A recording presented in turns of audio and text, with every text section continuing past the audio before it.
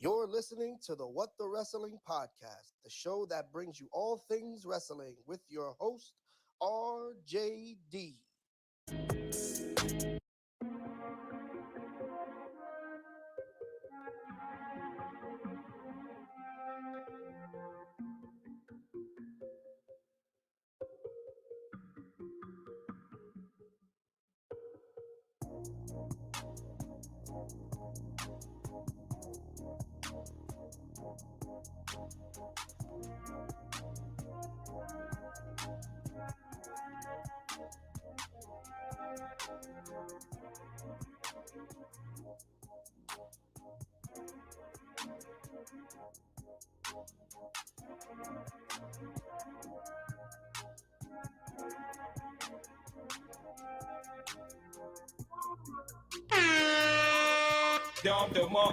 It feels so good to be back.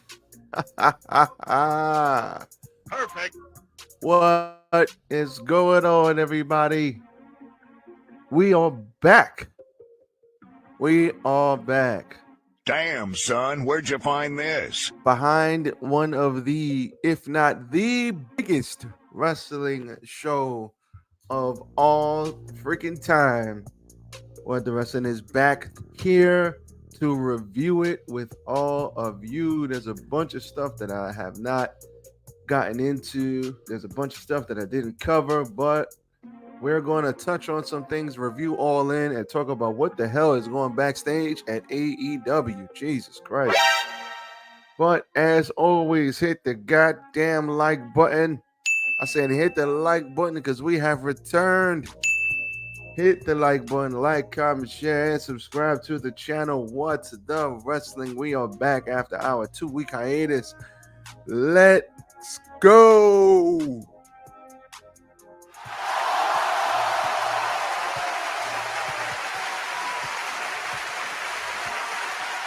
Yes.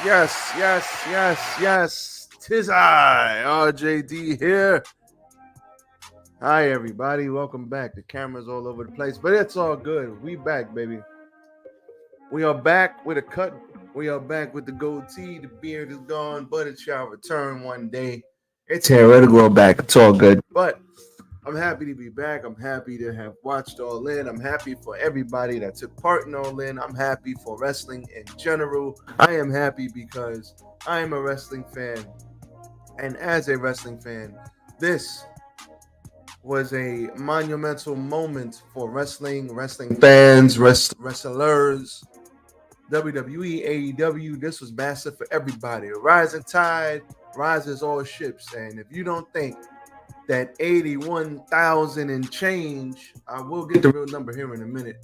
The reported number that Tony Khan says. Let's see. How many people were at All In attendance? I should just put attendance number for All In. It would have came right up. Let's see. Number one paid attendance record, 81,035. Yikes. Let's give it up for that, man. Let's give it up for that.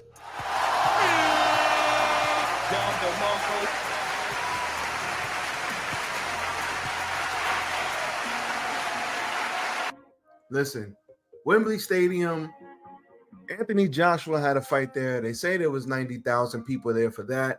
I don't know. Maybe not. But 81,000 people for 81,000 paid people is a big goddamn deal. Now, they said, first of all, oh, you can't get 10,000 people into an arena for an indie show. All In, the first All In, the Young Bucks with help of Ring of Honor got that done. Then they talked about you won't get a TV deal. AEW did that. Then they talk about you won't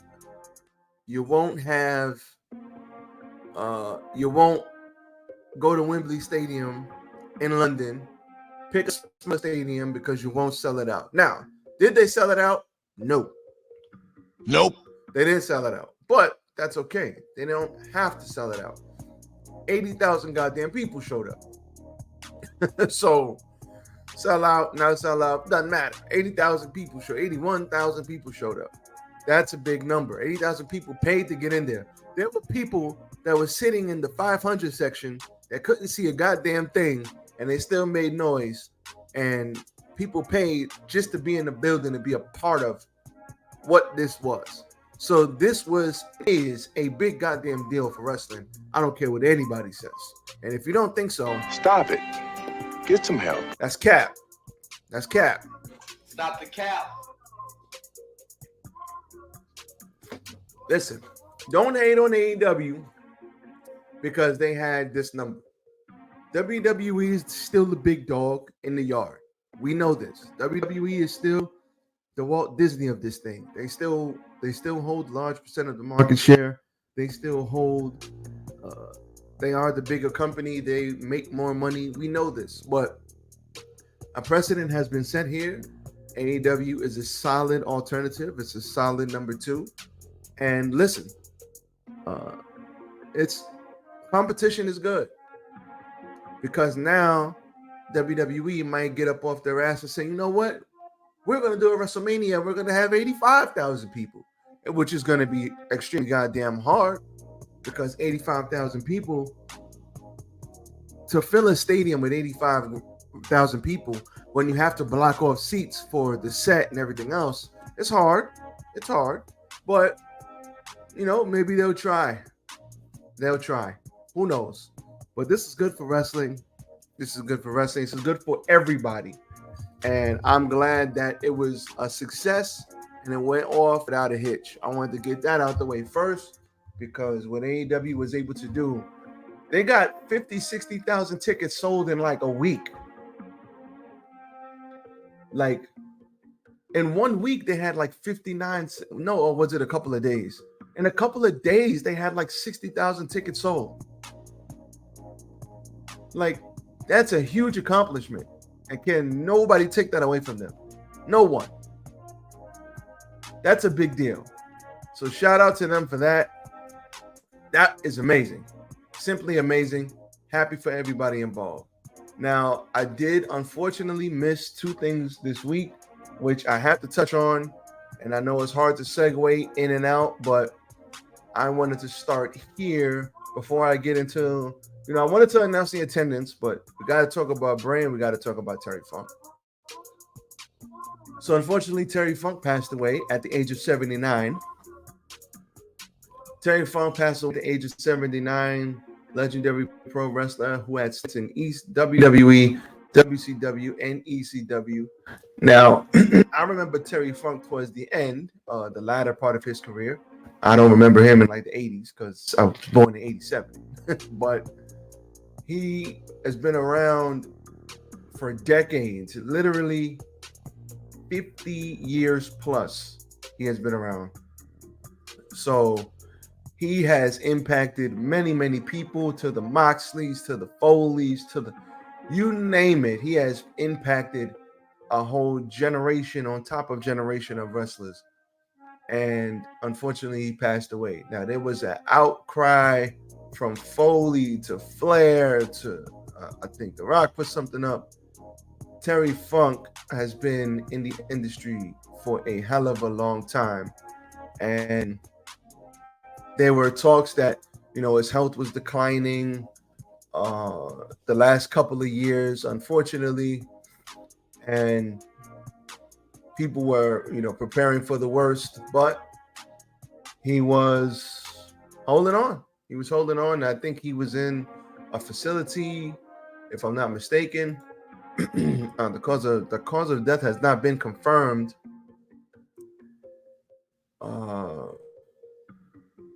50, 60 years in the business, just all over the place. Multiple sources confirmed it, including his manager and official statement from WWE. However, the details regarding the cause of death remain undisclosed. Family and friends are in mourning, reflecting on Funk's profound impact on their lives. Like I said, countless. I'm not gonna go through everybody. I mean, everybody you could think of mourned Terry Funk, and it sucks because, like I said, he was there. I've heard things over the years that he was in declining health, and unfortunately, 79 years old, he passes away. So rest in peace to him. And unfortunately, we had another very, very unexpected person pass away. Wyndham Rotunda, also known as Wyatt, passed away like 2 days later. And people are still mourning that. People are still just up in arms, not understanding what happened. And unfortunately, there was a tweet put out by Triple H, and that all but confirmed what had happened. Now, the story goes, as I have heard it through numerous sources from uh, Wrestling Observer to other people, the story goes that he was set to come back. So he was set to come back. His last match was the blackout match against LA Knight. Everybody knows this. He had gone away again, and he was set to come back. Now, what happened is, apparently, he had COVID a while ago, and he had beat it, whatever, But he had a heart issue about a year or two ago, a while ago. He had a heart issue. I heard Dave Meltzer explain this. Like, he had a heart issue, and then he had some type of sickness, and then they were trying to get him right. He was trying to get better, and he was getting better, but then he got released. And I remember everybody was upset when he got released, because everybody was like, man, this is bullshit. How are they going to release Bray Wyatt of all people? Like, he's a star. They haven't even put him on TV. I remember that time when WWE was just releasing everybody. And they released him, but partly Dave Meltzer says because his contract was so big. So he had a massive contract. They were cutting their losses back then. They were cutting contracts and stuff. So that happens. Then Triple H takes over. They bring him back. Now, he was fighting the heart issue back then, but then he came back. Triple H brought him back. He had that big, big return. Everybody was hyped. Everybody was happy. Then they kept dragging it, and they wouldn't. And then eventually he had the LA Knight fight, and then he was off TV. So apparently he had another heart issue, and he was out again.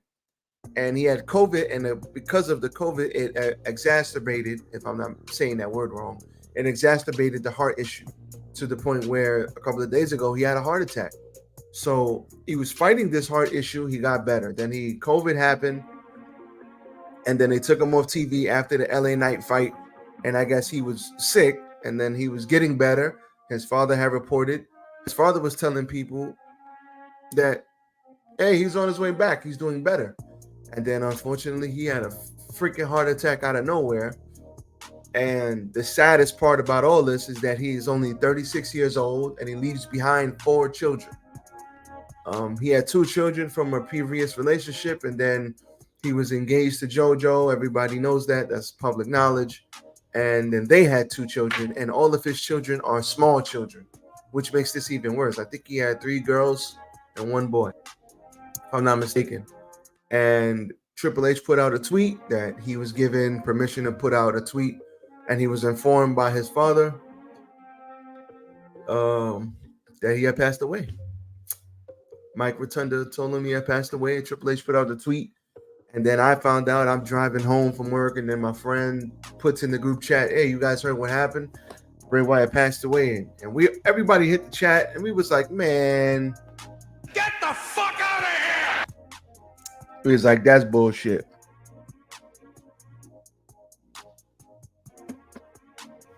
We was like, that's bullshit.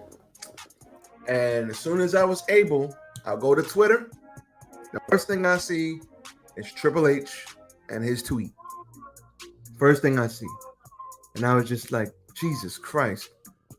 Like, and then, they had the tribute on SmackDown this past Friday, gave him and Terry Funk the 10-bell salute. And they had Redbeard there, Eric Redbeard, formerly Eric Rowan. They had Braun Strowman, who's currently out on injury at the moment. And they had the 10-bell salute. The crowd was saying he has the whole world in his hands. And then they put the chair there, and the chair is just rocking back and forth. And the spotlight was on the chair. And it was just like, Jesus Christ, this is real. Like, he really passed away. This is bananas. It sucks. The most creative minds in WWE, Triple H even said it himself. He has crazy, great ideas. Some ideas are good. Some ideas are not good. Some ideas need to be honed in. Triple H had an interview where he said he's one of the most creative. I'm paraphrasing, but he said he's one of the most creative people. It's just that sometimes that creativity needs to be focused and honed in. And he took very much pride in the Fiend character before Vince McMahon started effing with it, and it became what it was towards the end. But at the end of the day,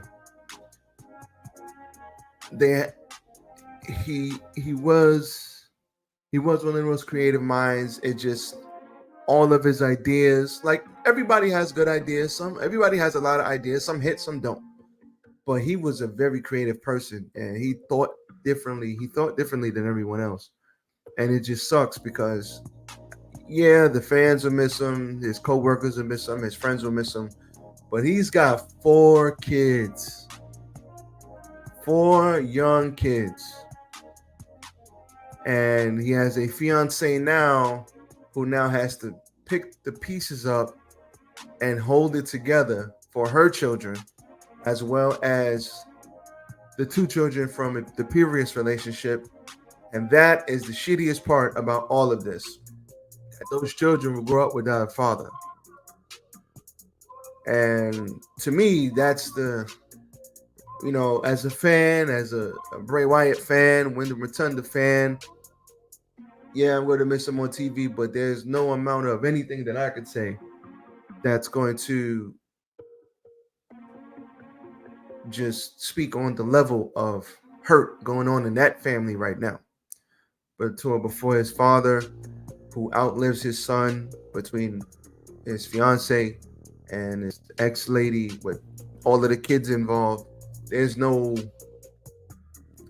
what do you say to that? I mean, you don't say anything, or you try to find the most comforting words, but there's, as someone who has experienced loss, not on that level, but we've all experienced some type of loss. That's rough. So my heart goes out to the Rotunda family, friends, co-workers, everybody involved. All of his merch sales, I believe, are going straight to the family, which is awesome. And it just sucks. Now they got to pick up the pieces, unfortunately. So rest in peace to Bray Wyatt. Rest in peace to Terry Funk. Bray Wyatt definitely gone way too soon. Way too mother effing soon. So I had to get that out the way before I talked about All In. Unfortunately, no one wants to talk about the negative stuff, but I couldn't come back after being away for 2 weeks and then just not speak on that. That's not going to happen. So as far as it is, we are going to try to change gears back into All In. Back into All In. Now,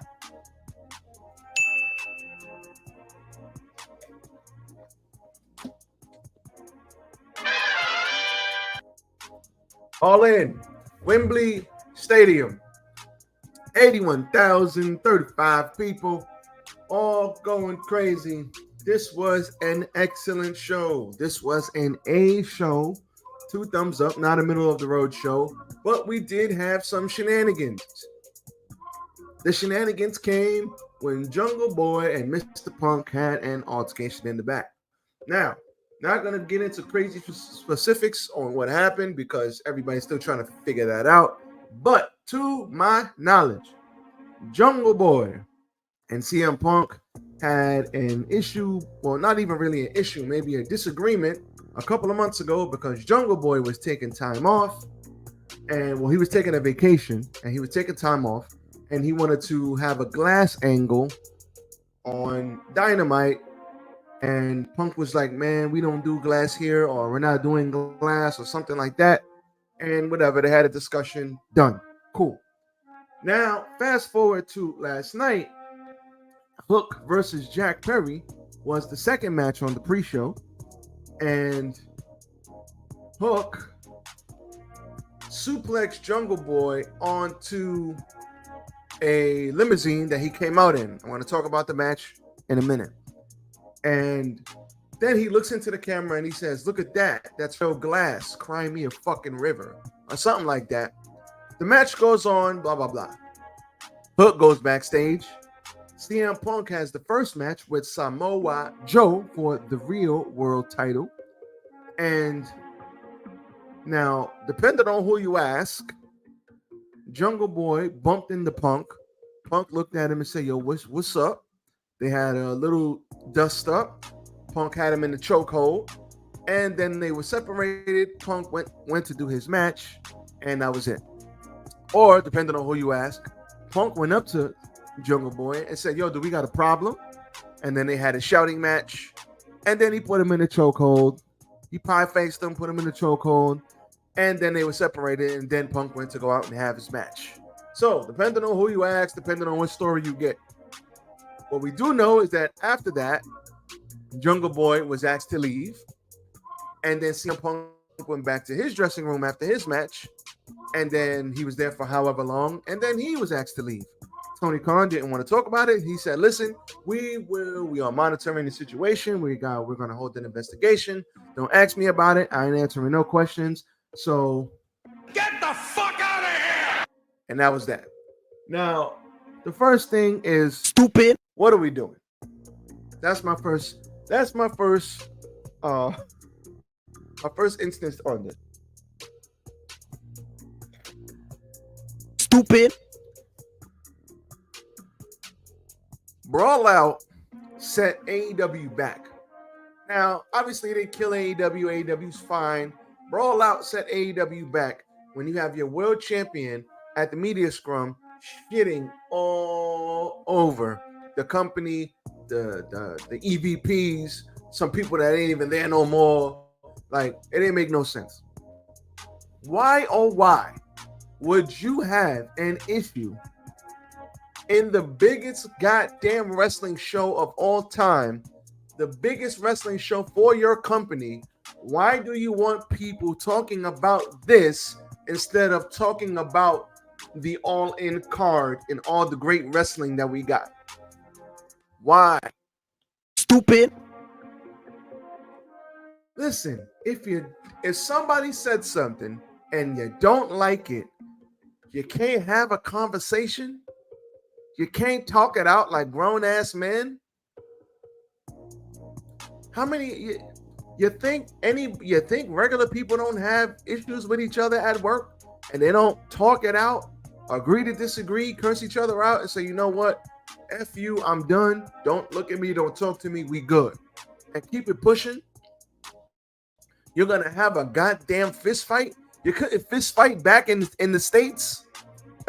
You couldn't go to a dark corner somewhere and handle it and then say shake hands and say, all right, we good, and keep it pushing. Like there were ways to handle this that didn't involve everybody finding out. They were listen, if you gotta scrap, sometimes you gotta scrap. Go to a dark corner, nobody needs to know. Shut the door, lock the door, have 5 minutes, open the door, shake hands, and keep it pushing. Like I don't understand why we're talking about Punk again with backstage issues with Jungle Boy.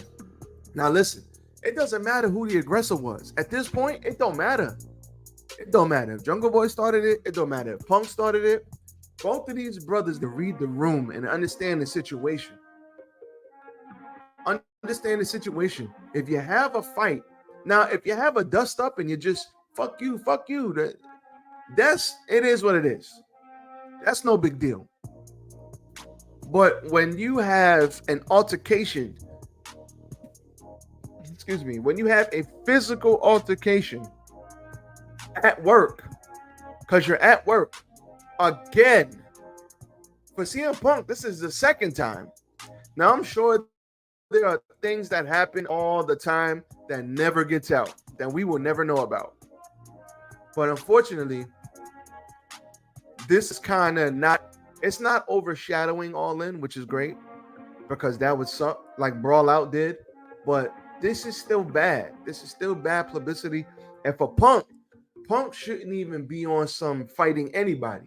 Punk needs to go to work, do his job, and go home. Because it's gonna come a time where the risk is not worth the reward when it comes to CM Punk. The upside is not worth the downside. How many altercations is this brother going to get into? Now, if he didn't start it, I mean, as a man, you got to defend yourself. And you're not just going to let nobody push you around. Now, if he didn't start it, cool. You know, you didn't have to choke the brother out. But I wasn't there. So who am I to say what to do or what not to do? But this is just disgusting, man. Tony Khan needs to sit down with these two and squash this shit immediately. Maybe both of them need to get fined. Maybe he needs to start taking money out of people's pockets, and then they'll stop fighting in the dressing room. Because this is not MMA. You can't just go around fighting everybody because they made a remark or whatever. You can't bump into people and think that they're not going to defend themselves. So we don't know what happened. I'm sure it'll come out. So we will monitor the situation and we will see what happens. But Jungle Boy and Punk, man. And I love both of these guys. I love CM Punk. I'm a CM Punk fan, and I love Jungle Boy. I love the new gimmick. I love the heel persona. I think it's awesome. But we can't keep doing this shit every time there's a major pay-per-view, and every time there's something that happened 6 months ago, somebody wants to bring it back up and then bump somebody or poke somebody or fight somebody. Like, they got to calm this shit down. It's a bad look on the company as a whole. So I hope they get their ish together, because this is a no-no. How dare you? Moving on. Let's talk about it. First match was MJF and Adam Cole versus Aussie. Aussie opened for the Ring of Honor World Tag Team titles. MJF was the babyface in peril here. He ended up making a hot tag to Cole. Cole ran wild for a little bit. The whole story here was, are they going to coexist? And are they going to get the tag team titles? And what's going to happen later? And there was a kangaroo kick. There was a double clothesline. And they won. Surprise, motherfucker. They won the goddamn Ring of Honor tag team titles. Jungle Boy. Not Jungle Boy. Nope. Adam Cole was looking at the Triple B. He gave it back to him. He gave it back to MJF. MJF stood tall. Adam Cole said, I'll see you later. And this set the tone for later on. This was a good match. I'm sure it made people want to buy the pay-per-view. I'm sure it did, because how often do you see the world champion in the pre-show? It actually made me want to watch the pre-show. So that's awesome. Then you had Hook versus Jack Perry. Like I said, Hook came out. Jack Perry came out in a limo. They did a limo spot where it was a suplex on top of the limo. There was a Saito suplex on a brainbuster on top of the hood, where they both ended up bleeding to holy hell. Hook ended up fighting back, and Hook won the FTW title. I thought they were going to retire the title, but apparently they're not. Maybe they will. Maybe they'll retire it, and Hook could go for another title. But I thought they had a fine match. Good spot. Both of them ended up bleeding. This was good. Good stuff here from Hook and Jack Perry. Then we opened the show with CM Punk versus Samoa Joe. Both of these dudes have a very, very long history. Story of this match was Punk trying to be quicker than Joe and outsmart him, and Joe just using his power to chop and beat the holy shit out of Punk. There was the walk away spot, but Punk scouted it, and then Joe went to the outside, and then Punk tried to crossbody, and that walk away spot missed because Samoa Joe ended up walking away. It was great. Samoa Joe tried to get the best of him, but at the end of the day, Punk ended up getting the win here with the Pepsi freaking plunge. And I was like, holy Gotcha, bitch. I was like, Bruh. the Pepsi plunge? I ain't gonna lie, nobody should be kicking out of that ever. Nobody should be kicking out of the Pepsi plunge. So, shout out to Punk. He retains the real world title. And that was it. Then we had Bullet Club Gold and Takeshita versus the Hangman, Adam Page, Kenny Omega, and Kota Ibushi. This was a fun 6-man tag with all the fun spots that you would think. Bullet Club was out there. These two teams, they went at it back and forth. Good spots with Kota Ibushi. Good to see him in the ring too. Listen, he may not be the old Kota Ibushi just yet. He's only had a handful of matches since he came back to wrestling. He had a lot of going on. He was injured. He has some mental stuff going on. He's back now, and it's good to see him back. Listen, 60% of Kota Ibushi is still more athletic and more talented than 100% of regular people. So all the people talking shit about Kota, oh, he gained weight and all this other shit. You go do what he does and then talk crap. So stop it. Good stuff here. We had Bullet Club ended up getting the win because Takeshita rolled up Kenny Omega, which is probably going to set up their all-in match next week. All in, Takeshita versus Omega. I'm all for it. Take my money. Perfect. Then we had FTR versus the Young Bucks in listen, these two teams have had all-time classics already. These guys, I mean, the last 10 minutes of this match, the last 8 to 10 minutes of this match was finisher after finisher. There was the Shatter Machine, another Shatter Machine. Then the Bucks did the Shatter Machine. They're going for the Melter Driver, but what's the name got caught, and then he got hit with the Spike Power Driver. This was amazing. Go back and watch it. FTR, there was worries that Cash Wheeler, something was going to happen because of his legal troubles, but everything seems to be okay. And that front, he made the show. They won. Young Bucks refused to shake their hands after the match. FTR tried to show respect. So you know this is going to continue. Take my money. Don DeMarco for them. Match of the night for me. Then we had a match of the night candidate, match of the year candidate, in my opinion, to this crazy car crash, crazy ass match. Anarchy in the Arena, Eddie Kingston, Orange Cassidy, Best Friends, and El Penta Cero Miedo versus the Blackpool Combat Club. These crazy bastards. So, yes, we had forks. We had glass. We had Eddie Kingston being Eddie Kingston. Don DeMarco for him. With the Patrick Ewing jersey. If that's not the most New York thing, Eddie Kingston coming to wrestle in the Patrick Ewing jersey. Jesus Christ. I would stop the show. I know they probably won't do this, but I would give Eddie a run with the world title, man. I would. I would do it. Give Eddie the title for, I don't care how long. Just give Eddie the title for a little minute, for a little while. He's a crazy bastard. He's authentic as hell. It doesn't matter if they don't know who Eddie Kingston is or they do. As soon as he comes in, he's ready to fight. He tells a good story. He's authentic. Just give him a run with the title, man. Just do it. Anyway, there was a sick ass spot in this match where even my goddamn wife was like, "What am I watching?" So Moxley is sitting there with I think it's Penta Cero Miedo, who ended up turning into Penta El Scudo. So he had a wardrobe change in the middle of the match, and then he suplexed Santana. I think he tried to suplex Santana. He tried to hit him with a Canadian Destroyer, but it didn't work because the ladder broke.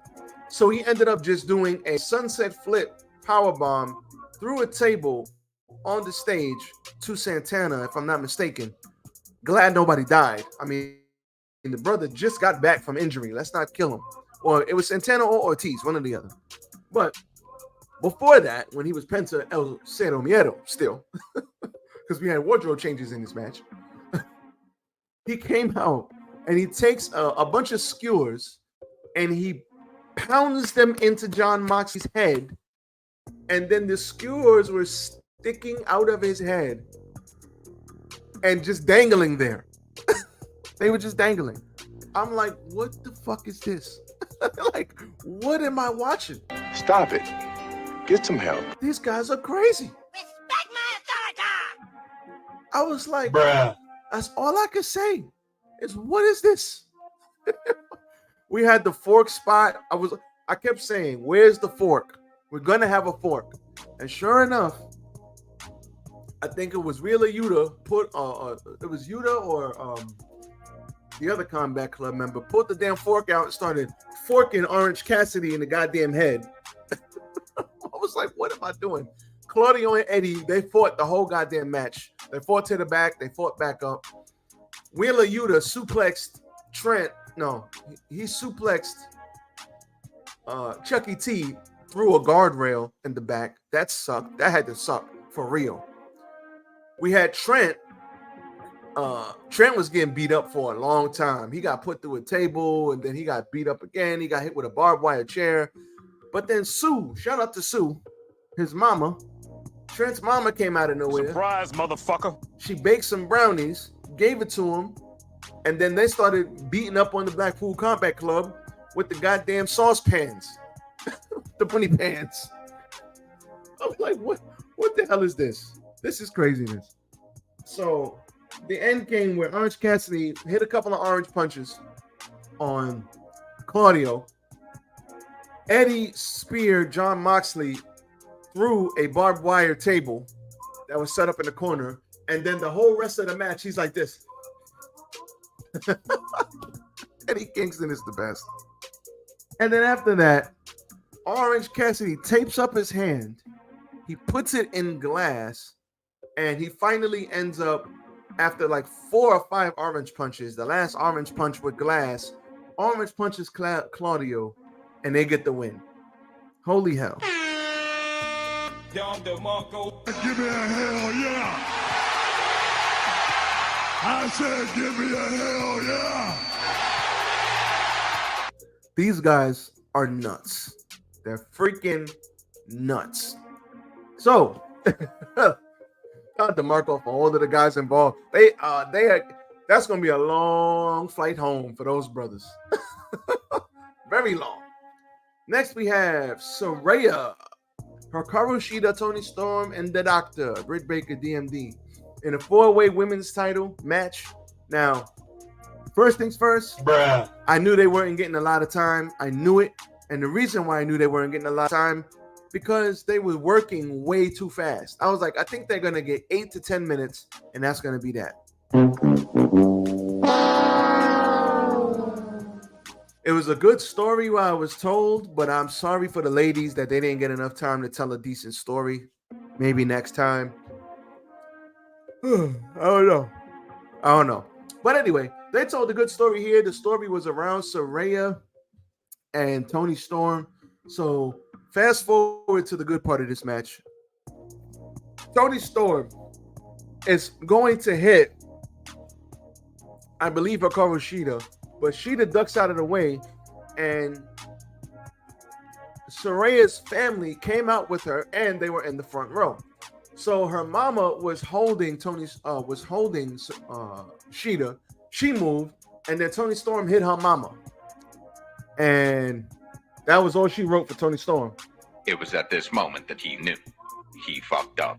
Replace that he with a she because she stalked Tony Storm the whole way. She started beating her up. And then Tony Storm said, you know what?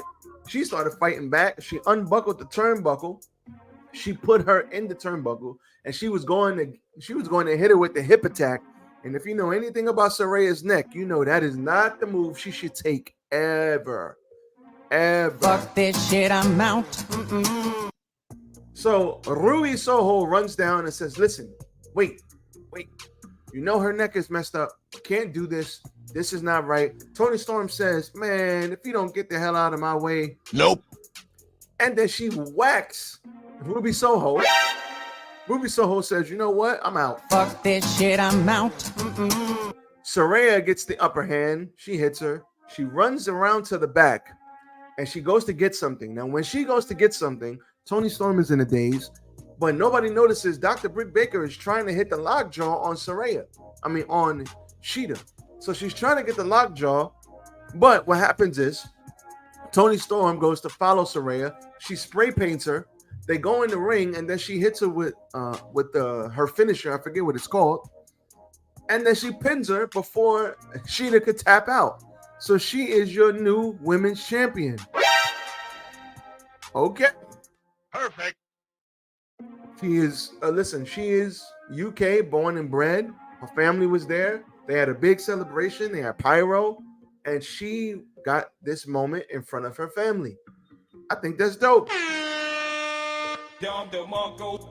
From this young lady in WWE, going through everything she went through from NXT and coming up and getting the title from AJ Lee to happen to retire after that because of neck issues, to seeing Daniel Bryan come back, to her saying, listen, to her being with Del Rio and that whole saga, to everything that she went through with the stuff for her personal stuff getting put out there, to her to come all the way back full circle and get this moment in front of her family in her home country. Listen, that's dope. Can't write a better story than that. I am actually happy for her. Maybe now we'll see more of her on TV because she's great. So she is great. She knows how to wrestle and protect her neck. And hopefully we get more of Saraya on TV. I mean, what you bring her in for if you weren't going to help her push the women's division forward, right? So we'll see.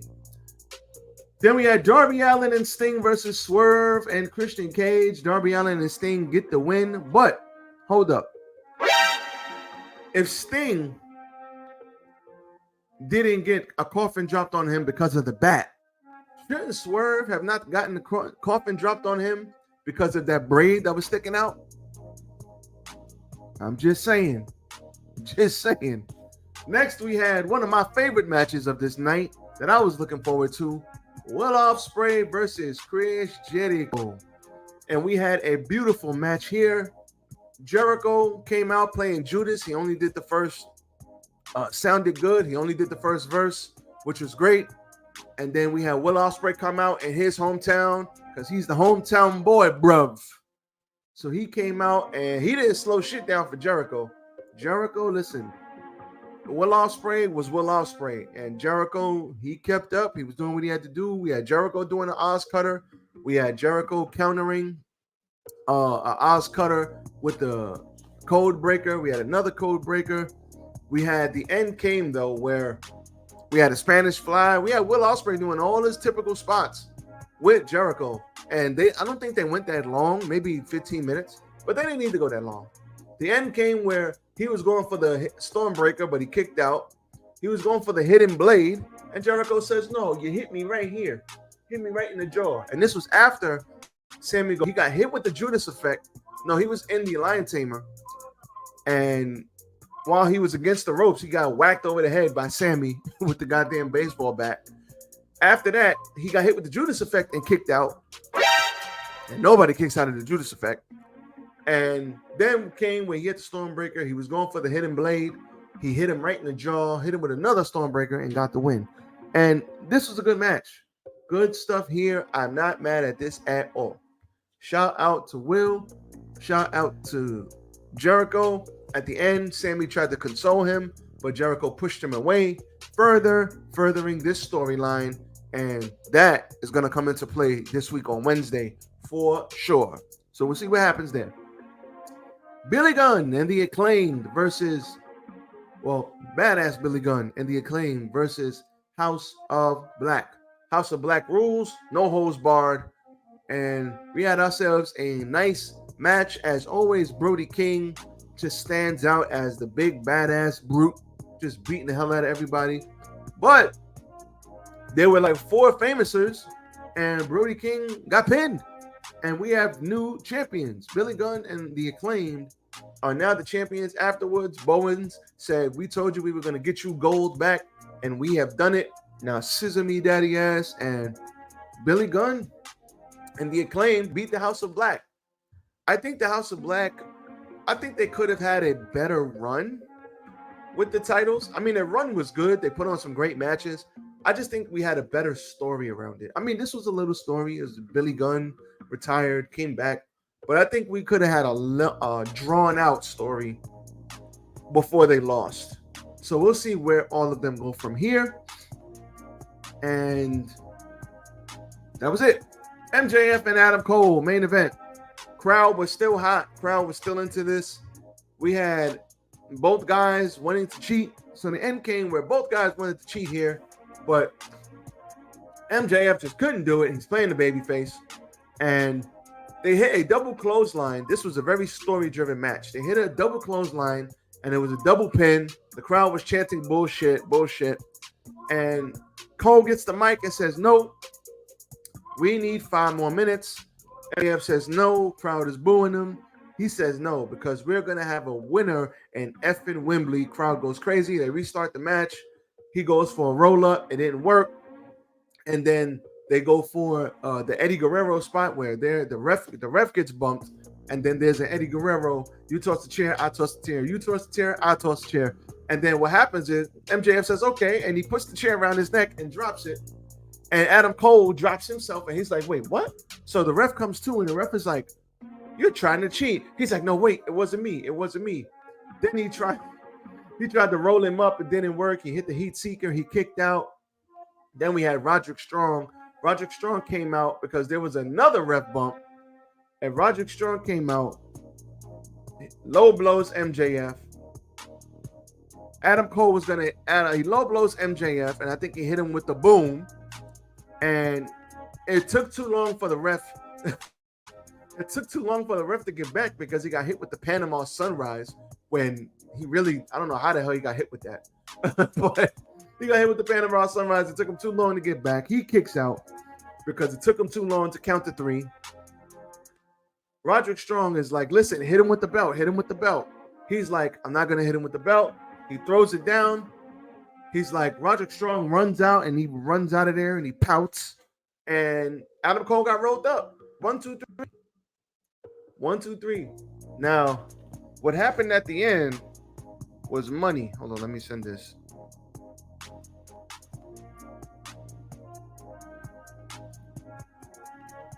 So what happened at the end was money because the story continued. He was mad. Adam Cole was mad. MJF was like, you know what? You never cared about me. You were never my friend. You know what? You want the goddamn title so bad? Here. Bastard, you piece of shit. Here. So he throws it. He said, do it. He said, take it. Just take it. You were never my friend. He turns around. He's like, just do it. Just do it. Hit me. You know you want to turn on me. Adam Cole thinks about it. Roderick Strong comes back out. He says, I'm your best friend. And at first, I'm like, where the hell did Roderick Strong come from? But he came back out. He said, I'm your best friend. Hit him. I'm your best friend. Hit him. And at the end of the day, he just couldn't do it.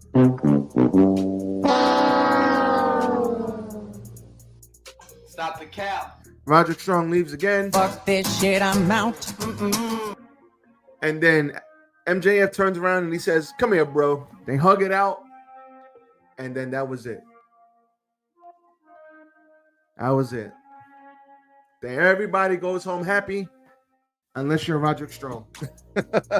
Gotcha. Because if you're Roderick Strong, you ain't go home happy. But I tell you, this was one hell of a show. I hope it wasn't overshadowed by the bullshit going on backstage. But this was one hell of a show. This was an excellent show. Excellent show. No bad matches on the show. Everything made sense. Only questionable things people might say is House of Black lost and Saraya got a win in her hometown. But hey, listen, that's fine. I ain't mad at it. Maybe now we can have Saraya versus Jamie Hayter when Jamie Hayter comes back. The Outcasts are done. MJF and Adam Cole are still friends. And they got to run with that for a little while longer. Strike while the iron is hot. And I was pleasantly pleased with this show. So this was great. Great show, great everything.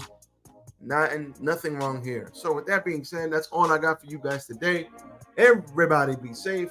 We are back, baby. What the Wrestling is back. We have completed what we set out to do. I took 2 weeks off so I could focus on what I had to do personally, and now it is done, and now I am back. Shout out to everybody who showed me love. We back, baby. See y'all on the Monday Night Raw review. Peace.